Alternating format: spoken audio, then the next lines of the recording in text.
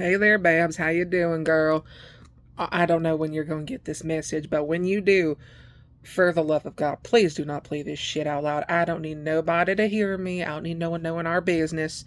If you pick up my damn phone call, I could tell you this shit in person, but I get it. I get it. Life happens, and you know, sometimes you can't pick up a fucking phone. Anyway, I thought I'd just tell you some shit me and Phoebe heard the other day. I don't know if Phoebe's told you or what, but you know Miss Shirley, right? I'm just gonna jump into it. You know Miss Shirley, the town gossip. Well, you know her, and if you notice, ain't none of us heard from her in a few weeks. I mean, we all go down to Bible study and all that. Yeah, we see her here and there, but ain't nobody really heard from her in the last few weeks. Well, Miss Shirley calls me and Phoebe out of the blue, and we decide, well, why not? I mean, she probably got some shit to tell, and we ain't seen her in a few weeks, so she probably got some shit for us. And we've been in and out of town for the last few weeks, so we went over, and you know us, we love a QT sweet tea. I love me a QT sweet tea. I love it. A good gas station big gulp. Oh, nothing like it. So we take Miss Shirley and we pick her up, and so we go down to the local QT. We get ourselves a big gulp, and I mean them big ass drinks. And I got me a Southern sweet tea, of course. Phoebe got herself a Dr. Pepper Zero, and we knew shit was about to get real when Miss Shirley got herself a suicide. Um, and if you know what that is, that's where you get all the like pops into one drink and you just until it's all the way filled. So we knew it was going to be some shit, man. We knew. And let me tell you, she had some shit to tell.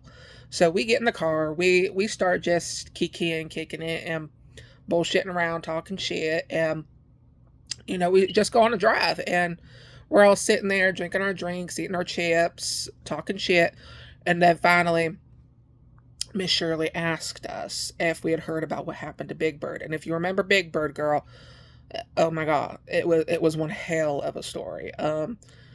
Miss Big Bird apparently went to jail. Went to jail, Miss Big Bird. I know.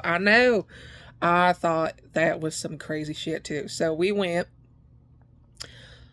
decided to park the car because me and Phoebe were like, what do you mean? Like, we knew Big Bird has gone in and out of jail for shit over the years, but we hadn't heard anything the last few years. She hadn't gone to jail for shit.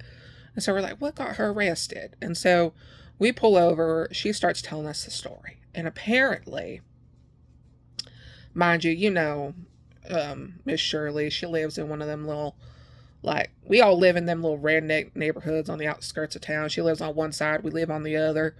Um, and she saw everybody in the neighborhood heard screaming, and everybody came outside.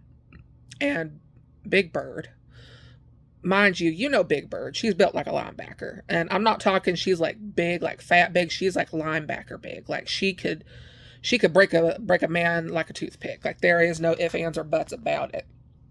And so she is dragging her husband outside, and not just she's dragging him out by his ankles, kicking, screaming, begging for her to stop. She drags him out of the house. She starts, and he's like telling her to calm down, that it wasn't what she thinks, it's not what she thinks, that she's overreacting.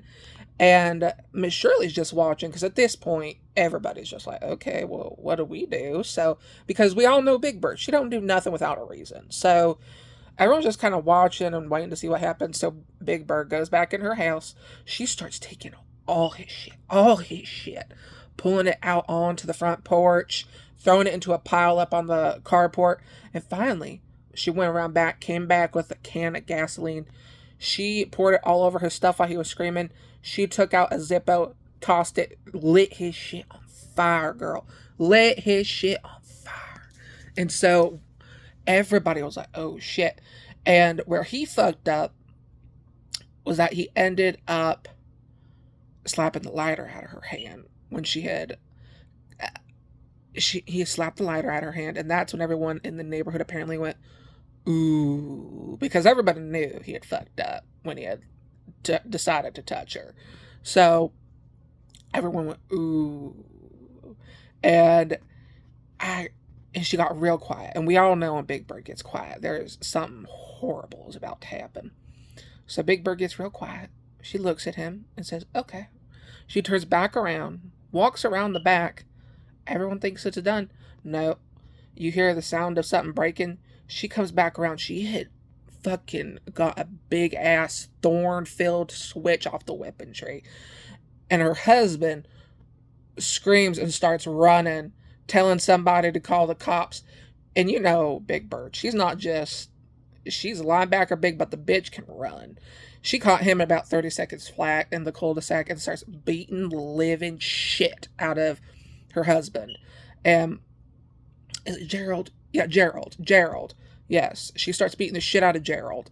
And I mean, she's whipping the dog shit out of him, dragging him back and forth. I mean, Shirley said she turned him every way but loose. And I mean, they said they said they couldn't tell if it was shit on the cement or blood from how much how badly she had beat him. And so, I guess they said one of those youngins that is into like the internet and shit screamed "All-Star." So that was hilarious. I couldn't stop laughing when she said that. But apparently some little fucking narc called the police and, the county, and they came down and, they split them up, and then they took Gerald down to the hospital. Apparently he's in the ICU, because apparently one of the thorns may have punctured his lung, but that's hearsay. And then, Big Bird got arrested. She got booked, but then Shirley and the girls, I guess, decided that they wanted to know what happened. They wanted to know Big Bird's part. So they called her up through the precinct and was like, girl, we'll bail you out, but you got to tell us the whole story. She was like, okay, bet. So they went, bailed out Big Bird. They took her down to the local Joe's, and she spills the tea. Apparently, we thought Big Bird and Gerald were finally happy. We know they've had their ups and downs for the last 15 years. And he's been a real man whore. Let's be honest. They've been together for 15 years. He's had about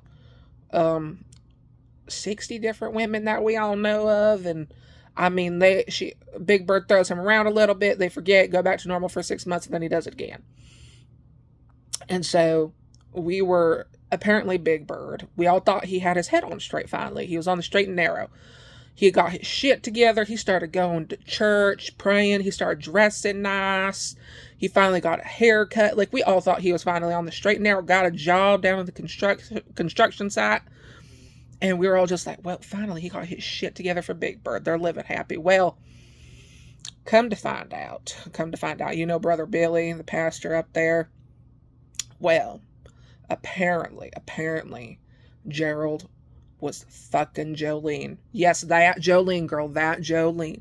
Miss Jolene, Brother Billy's wife. I know.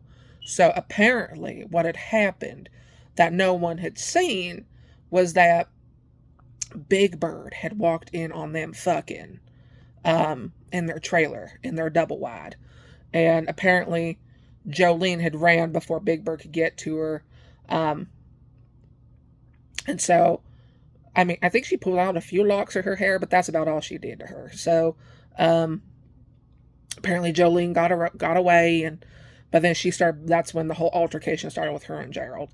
But apparently Gerald, that's the reason why he started acting normal and finally was acting like he was on the straight and narrow, was because he was fucking Jolene. I mean, we all thought he was on his knees praying, and apparently he was, but it wasn't to God. So, girl, I'm telling you, this is the kind of shit that happens when we're gone for more than 2 weeks.